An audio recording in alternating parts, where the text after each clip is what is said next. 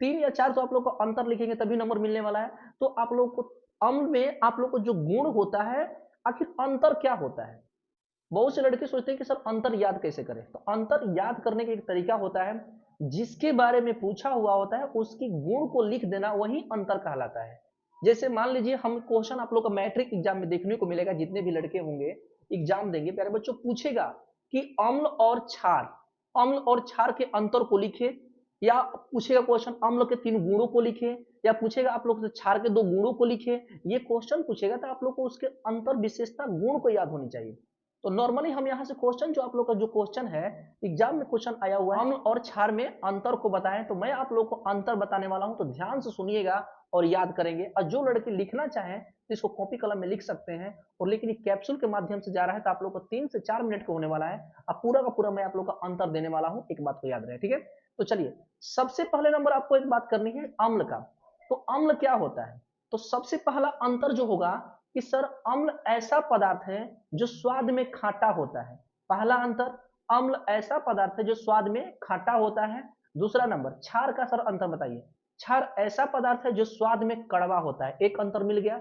दूसरा नंबर, अम्ल जो होता है नीला लिटमस पत्र को क्या कर देता है? लाल कर देता है। अम्ल में दूसरा जो अंतर का है कि अम्ल नीले लिटमस पत्र को लाल कर देता है।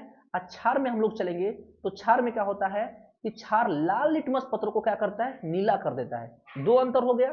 तीसरा नंबर आपको अंतर करना है कि अम्ल जो होता है जल में घुलकर सर हाइड्रोजन आयन देता है। आपको याद रखना है कि इसमें आपको याद रखना है कि जो अम्ल होता है जल में घुलकर हाइड्रोजन आयन देता है, क्षार होता है जल में घुलकर हाइड्रा ऑक्साइड आयन देता है। क्लियर हो गया तीसरा अंतर। चौथा अंतर आपको याद रखना है कि अम्ल का पीएच मान सर 6 से कम होता है, और क्षार का पीएच मान कितना होता है सर? 8 से अधिक होता है, 8 से 14 तक होता है। अम्ल में आप लोग का ये जो पांचवा बोले थे, आप लोग ध्यान से समझिएगा फिर से एक बार। जो अम्ल होता है क्षार को उदासीन करने का गुण रखता है, और जो क्षार होता है अम्ल को उदासीन करने का गुण रखता है।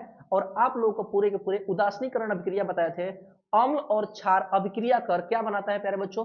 लवण तथा जल बनाता है, यानी उदासीन कर देता है। तो पांचों को पांचों मैं आप लोग का इसका क्या बोलते हैं उसको, पांचों को पांचों अंतर बता दिया हूं। तो आप लोग कॉपी कलम पर ले लेंगे, इसको याद कर लेंगे, एग्जाम में पूछता है अम्ल और क्षार में अंतर को लिखने के लिए, ठीक है?